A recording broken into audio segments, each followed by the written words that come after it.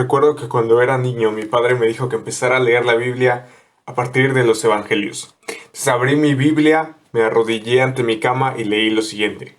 Libro de la genealogía de Jesucristo, hijo de David, hijo de Abraham. Y luego vino una lista casi interminable de nombres que apenas me alcanzaba para leer. Y lo siguiente que me pregunté fue, ¿para qué me sirven estos nombres? Luego lo volví a leer de adolescente y cuando llegaba a la parte de Mateo simplemente me saltaba ese primer capítulo. Y si has leído Mateo, seguramente has tenido una experiencia similar con las genealogías que nos presentan las escrituras. Y parece que son inútiles a simple vista, pero realmente tienen un significado muy profundo. Y no sé si te pasó, pero de pequeño en la escuela pedían que hicieran un árbol genealógico.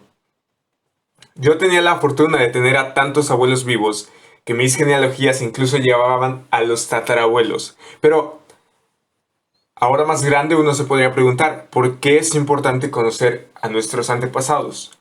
Y de niño principalmente estamos de acuerdo en que es para saber de dónde vienes, quiénes son tus parientes, etc. Pero algo curioso es que hoy, por ejemplo, puedes hacerte una muestra de sangre y llevarla a un laboratorio especial y ver de qué países provenían tus antepasados. Y a veces, cuando alguien, por ejemplo, deja una gran herencia, tienen que buscar en el árbol genealógico para ver si hay un familiar que reclame la herencia o simplemente si hay algún nombre en el testamento, poder ubicarlo. Entonces, ya sea que lo hagamos por diversión o por necesidad, realmente conocer de dónde venimos y quiénes son nuestros antepasados toma parte esencial de nuestra vida. Y para los judíos no era la excepción. Los judíos guardaban extensas genealogías para establecer la herencia y legitimidad de una persona, es decir, sus derechos de descendencia. Y Mateo escribe, cuando empieza su evangelio, en el verso 1 dice el libro de la genealogía de Jesucristo, hijo de David, hijo de Abraham. Y esto es para que veamos que Jesús es legalmente digno de reclamar el trono de David, es decir, el trono sobre el pueblo de Israel. Jesucristo viene de Jesús y Cristo, como le dijimos en el episodio pasado. El nombre de Jesús, que era su nombre del día a día, es Joshua en hebreo. Significa el Señor salva o el Señor es salvación.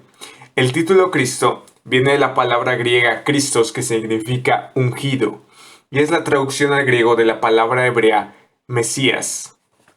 Ahora, en el Antiguo Testamento, los profetas, los sacerdotes y los reyes eran ungidos con aceite. Por eso es importante este significado de Cristo o Cristos, que significa ungido.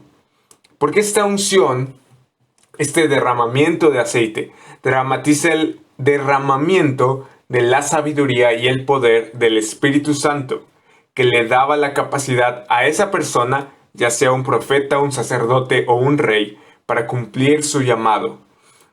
Y el Antiguo Testamento, es decir, los escritos antes de que naciera Jesús, el Antiguo Testamento promete la venida del siervo justo del Señor. Y entonces Mateo está aquí revelándonos que Jesús es ese Cristo, ese Mesías, ese Rey, ese libertador prometido.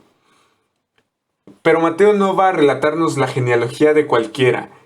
Nos va a relatar que es el Mesías Salvador de quien se está hablando. Por eso que Mateo nos diga que es el hijo de David e hijo de Abraham es algo importante.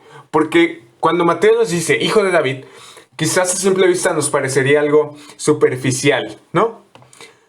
Pero esta frase, hijo de David, es principalmente un título mesiánico.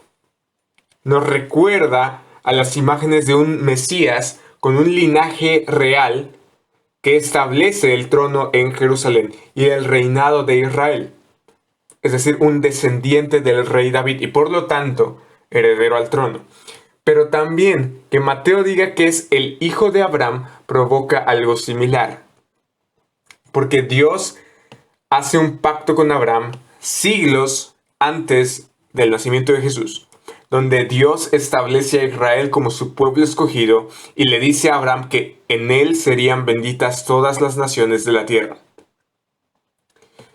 Pero sabes, estos dos hombres, lo curioso es que no eran hombres perfectos, eran hombres pecadores, como tú y como yo. Pero Dios en su gracia, es decir, como un regalo inmerecido, les dio la bendición de ser descendientes del Salvador.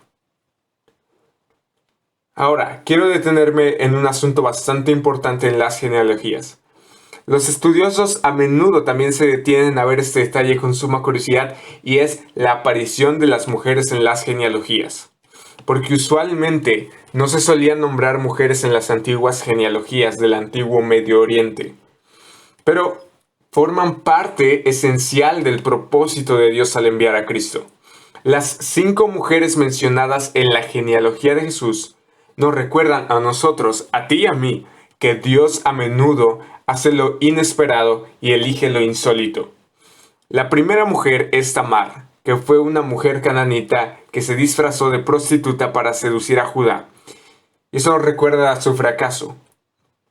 La mujer que se nos menciona después es Rahab, quien era una mujer gentil y prostituta. La tercera es Ruth, quien era moabita y por lo tanto objeto de una maldición especial, ya que era adoradora de ídolos. La cuarta es Betsabé, la mujer de Urías, quien cometió adulterio con David, lo que lo llevó a la ruina. Por último, tenemos a María, quien llevó el estigma de un embarazo fuera del matrimonio por su embarazo virginal. Y cada una de estas mujeres es una lección sobre la manera en la que obra Dios. Porque el Salvador vino de hombres, mujeres, adúlteros, prostitutas, asesinos, héroes y gentiles. Y eso nos dice que Jesús es el Salvador para todos. No importa su estado. Dios demuestra su gracia para nosotros, no importando nuestro pasado. Lo que le importa es que a partir de ahora vivas para Él. Ahora, otro dato curioso acerca de la genealogía que se nos presenta aquí es la siguiente frase. Josías engendró a Jeconías. ¿Y eso qué? Bueno, la presencia de Jeconías en esta genealogía presenta un interesante dilema.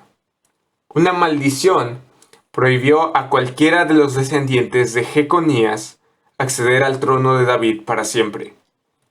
Pero Jesús pasó a heredar a través de José la línea real de descendientes. Y recuerda, Jesús no era hijo biológico de José.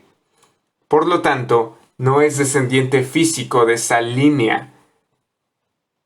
Es decir, la maldición no operó sobre él. Así que Jesús puede reclamar el trono de David sin que caiga en la maldición. Y eso es impresionante. Porque a pesar de que para ti y para mí, la frase de Josías engendró a Jeconías no nos dice absolutamente nada, nos indica este detalle que Dios tiene cuidado de todo. Aún en las pequeñas cosas que nos parecerían insignificantes. Dios es como un gran arquitecto que le presta atención hasta la más pequeña piedra. Dios es como un compositor que cuida cada nota de cada instrumento. Otra curiosidad está en la frase que dice José, el marido de María, de la cual nació Jesús. Y esta es la única parte de la genealogía en la cual la palabra engendró no es utilizada. Porque siempre dice fulanito engendró a este otro y este engendró a aquel y este a aquel y este a aquel otro, etc. Pero en el caso de esta frase, José, el marido de María, de la cual nació Jesús, esta frase de la cual se refiere solamente a María. Y es una inusual forma en la que se presenta esta sección. Pero esto nos pone de manifiesto el hecho de que Jesús no era, en sentido estricto, descendiente de José. No obstante, la genealogía establece claramente su derecho al trono de David como legítimo heredero de José. Y yo no sé si puedes ver lo fascinante que es esto, porque todo está orquestado, Todo está dirigido por Dios. ¿Para qué? Para traer de manera asombrosa a nuestro Salvador, Jesucristo, quien murió en una cruz por ti y por mí. Mateo termina la genealogía diciendo, de manera que todas las generaciones desde Abraham hasta David son 14 generaciones, y desde David hasta la deportación a Babilonia 14 generaciones, y desde la deportación a Babilonia hasta Cristo 14 generaciones. Y Mateo organiza la genealogía, como podemos ver, en 3 grupos de 14. Y esto quizás con un propósito mnemotécnico, pero a nosotros nos muestra que Dios tiene un propósito en la historia. Porque los inicios de la historia que llevan a David, la monarquía que lleva al exilio en Babilonia y la historia de Israel después del exilio llevan y apuntan a Cristo. Todo en la escritura está con un propósito, y eso es que mires a Cristo, y cada página en la escritura tiene este propósito. Desde el Génesis hasta el Apocalipsis, de principio a fin, todo está orquestado por Dios y te da hoy la oportunidad de que vuelvas a Él, de que tengas una relación única con Él. Y como vemos, no importa tu pasado, no importa cuántas cosas horribles hayas hecho, Dios es más grande que eso, y Dios te quiere de vuelta. ¿Qué tienes que hacer? Creer que Jesús es el Hijo de Dios, quien sufrió y murió en una cruz por ti y por mí, y ha resucitado para que puedas tener vida eterna. Ya hemos visto cómo de lo despreciado del mundo, Dios ha escogido para hacer bendición. El Señor es bueno y misericordioso con nosotros. Sé de bendición para otros compartiendo este mensaje y aplicándolo a tu vida. Estás a tiempo. Hoy es el día de salvación. Si te gustó este episodio, por favor compártelo con alguien más. No olvides que estamos en YouTube, Spotify y Google Podcast. Hoy es el día de salvación.